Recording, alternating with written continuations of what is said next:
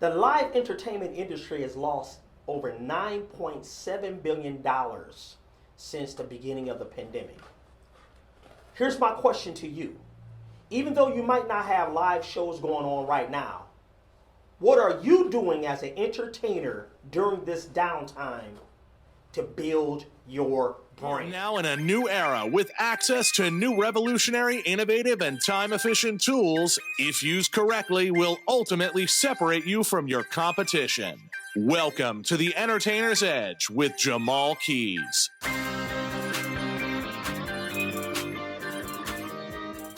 How you doing? I'm the Magic Motivator Jamal Keys, and welcome to the Entertainer's Edge.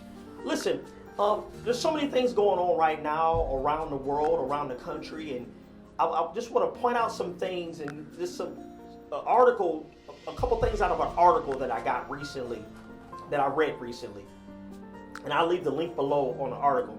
The article is talking about when Broadway comes back, 5 ways the pandemic will transform the live theater industry. Now, we know that live entertainment is suffering right now.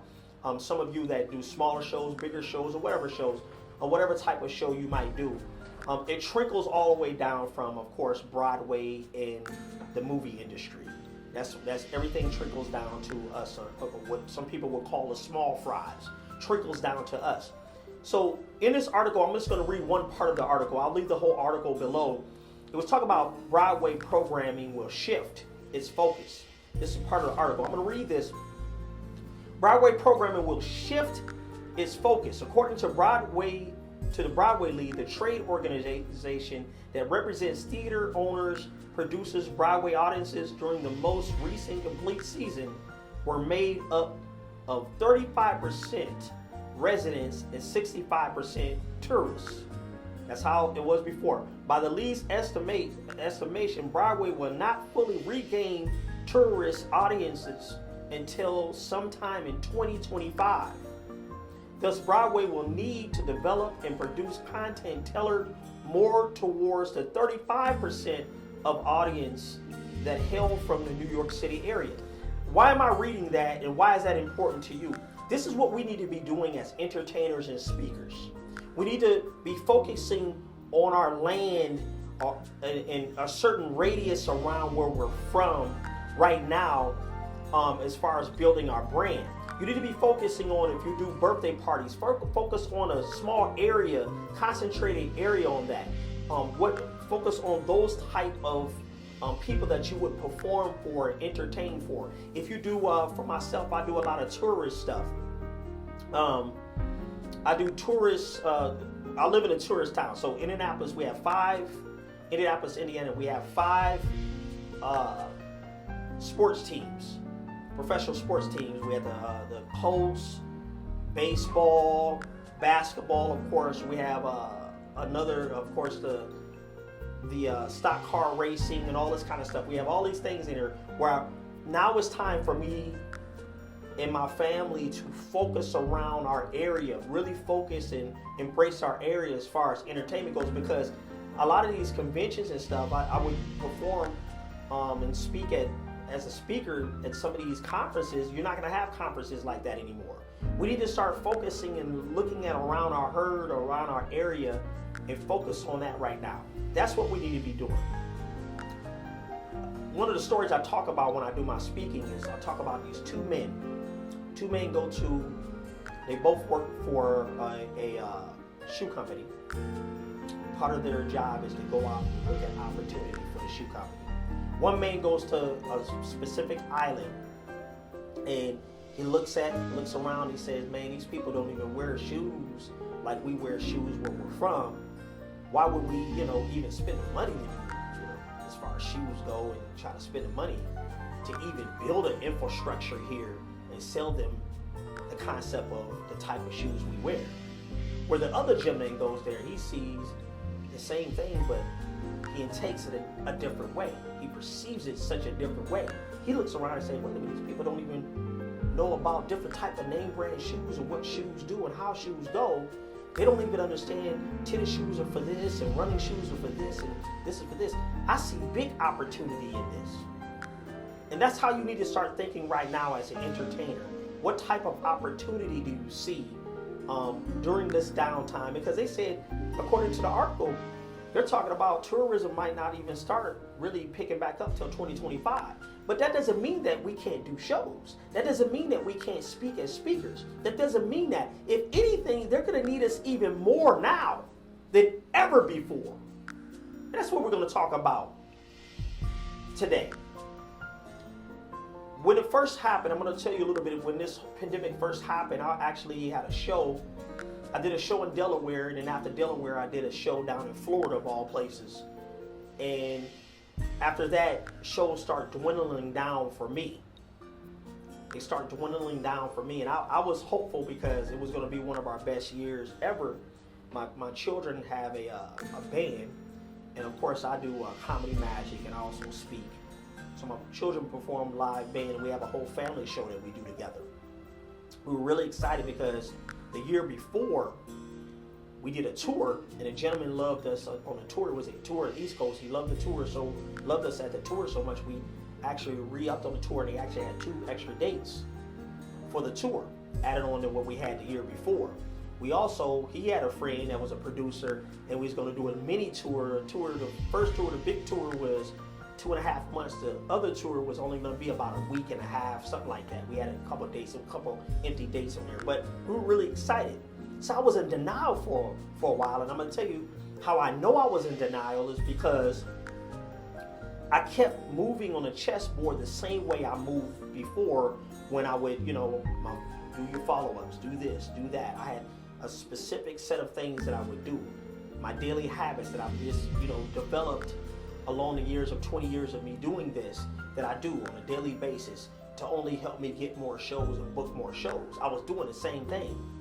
But during this time, you can't move on the chessboard the same way you moved before. You have to move different. Before, you might have been a knight on the chessboard, but knights move different than rooks. So now you need to move like a rook. If you was a knight before, and if you was a rook before, you need to move like a knight. You have to move different on the chessboard. And that's what we're going to talk about today. The top 5 things every entertainer should be doing right now during their downtime. This is not the time to not do anything. The art of war tells us that when in war, prepare for peace, and when in peace, prepare for war. So now you have some downtime. Downtime doesn't mean you don't do anything, nor does it mean that you should be down on yourself for not having that speaking gig that you might have had, that convention that you might have, or that conference that you might have spoke at before, or that gig that you might have performed before. Now's not the time for that. It's time for you to think different, like a different chess piece on the chessboard. So now let's go over the top 5 things every entertainer should be doing during this downtime. Number 1, attach your name to a brand and or cause. Attach your name to a brand and or cause. This is very important right now because what you're going to see with the new people in administration in the office, money's going to start shooting out to people to keep them afloat.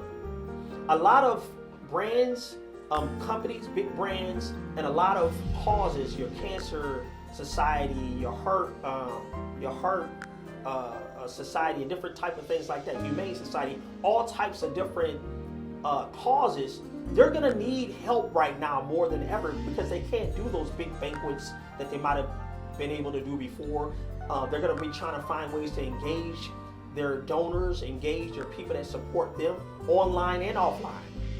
I have a friend of mine right now, he's a comedian. He does a comedy, like a 10 to 15 minutes comedy before a Zoom meeting for this specific company. And then he comes back during the break time because they got to be on these Zoom meetings all day. So attach yourself to a brand or cause. Now, here's what you want to do when you attach yourself to a brand or cause. It's very important for you to believe in that cause. Believe in that cause. If you do not believe in the cause, they will see through it. So attach yourself to something that you believe in. So then you'll find yourself finding creative ways to help that brand. Because we all have causes that we believe in. My family believe in the arts. So a lot of causes that we help out is the arts. We help different theaters that we performed at before. We do different type of fun Zoom stuff with them, online, offline, helping them out as far as the theaters go, because theaters aren't doing as well. According to the article, they're not doing that well. So learn how to attach at this time, attach yourself to a brand and or cause. Attach yourself to a brand and or cause. That brings us to number 2. Learn how to be useful. A lot of people talk about they don't like being used, but the reality of it is, in business, when I hear people say that, I can understand that they don't understand how business goes.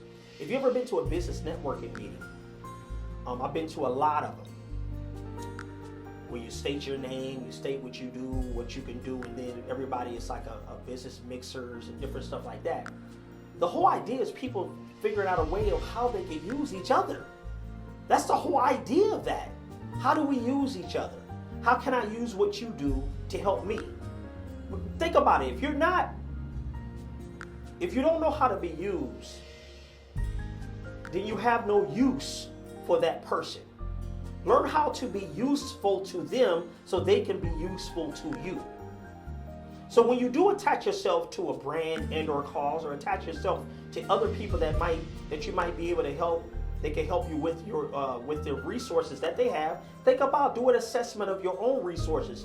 If it's a resources of your talent, not only your talent, your equipment, learn how to be useful to other entertainers. Maybe you guys, with other entertainers and other speakers, you guys can create a brand together. Learn how to be useful. The problem that we do, and the problem that we always, a lot of us end up doing, and a lot of people end up dying still doing this. They don't learn how to be useful. Then they go through life upset because the person used them and they didn't know how to be useful to. They learn how they're useful to that person, but didn't learn how that person's useful to them. Remember, in life, people only come to you for a reason, for treason, and for a reason, season, or treason. That's it. People only come to you for a reason, season, or treason.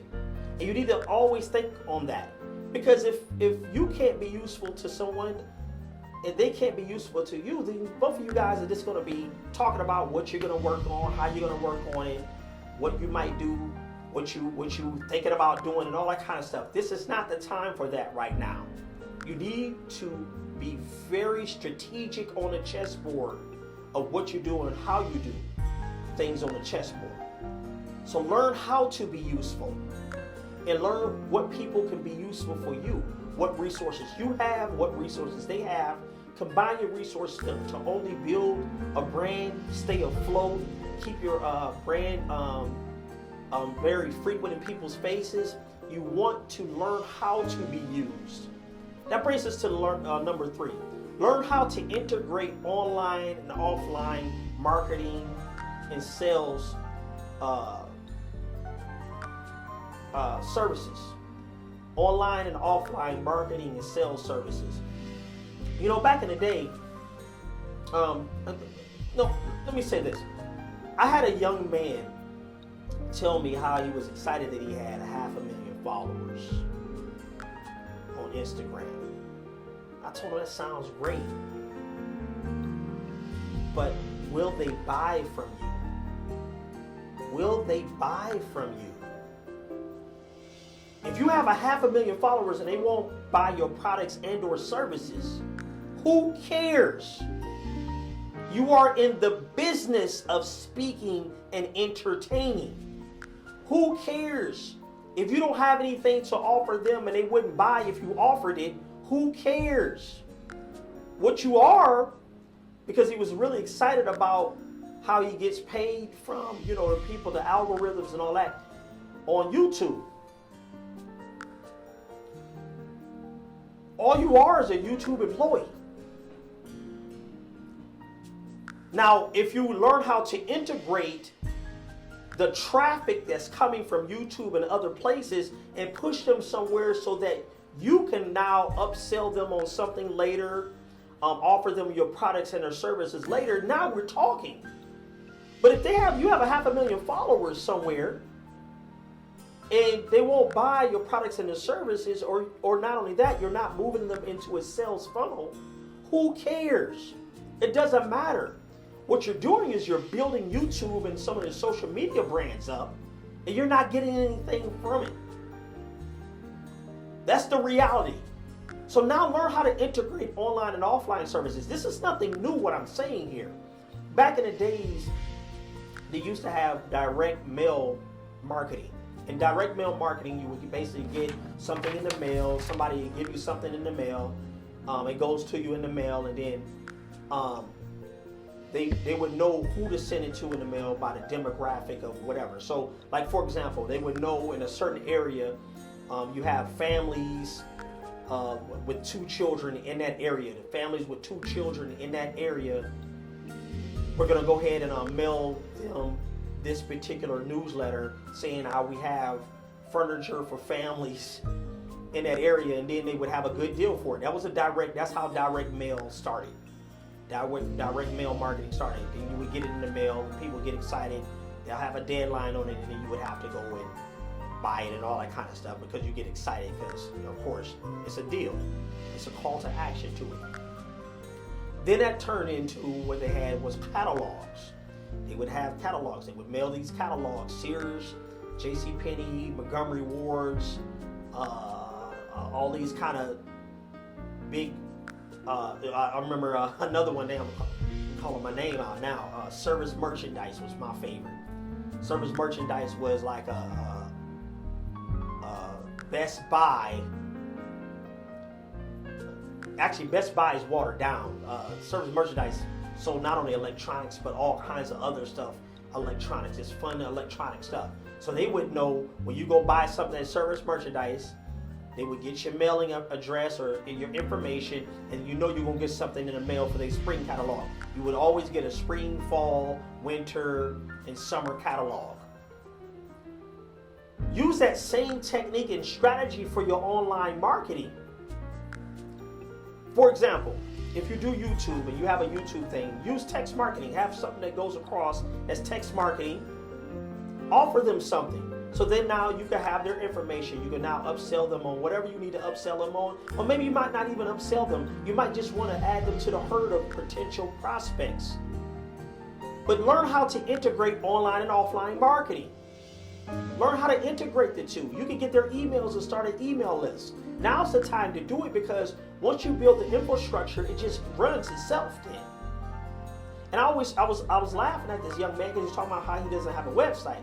Websites are dead. And I started thinking like, websites is where you would direct them to because you control that. You control the website.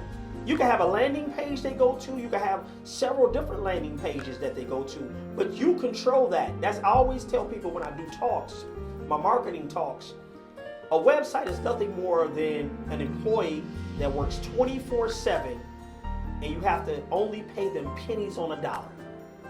Let me say that again. A website is nothing more than an employee that works for you 24/7 and you only have to pay them pennies on a dollar.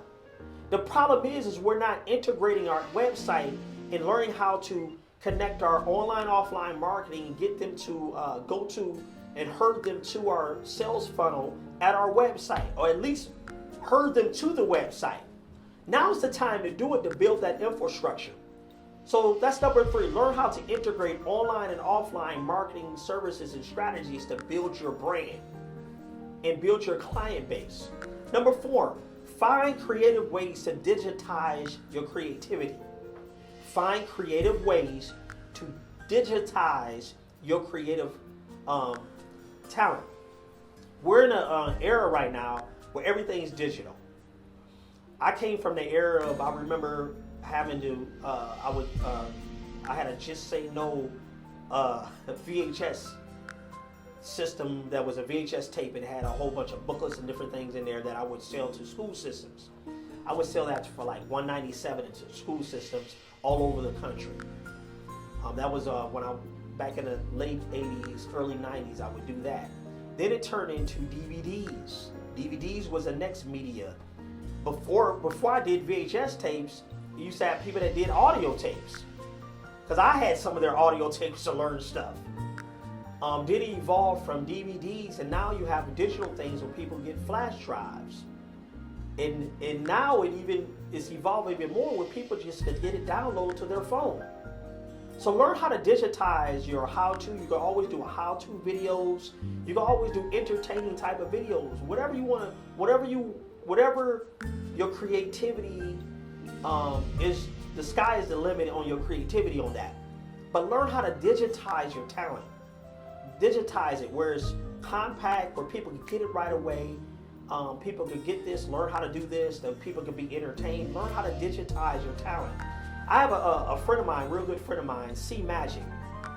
He's working on that now. I see his evolution of what he's working on.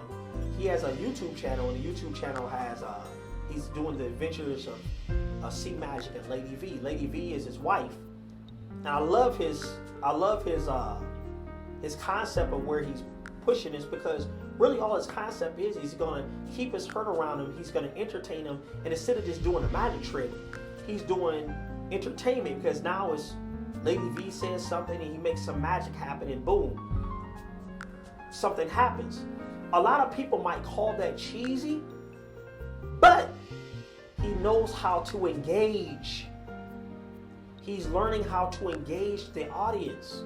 So while he does all these videos, mark my word, while he's going to continue to do these type of videos, 6 months, a year from now, 2 years from now, he's going to have market share that the other people that talked about him, had some disdain things to say about him, had some disparaging things to talk about him behind his back, or probably in the front of his back, or whatever.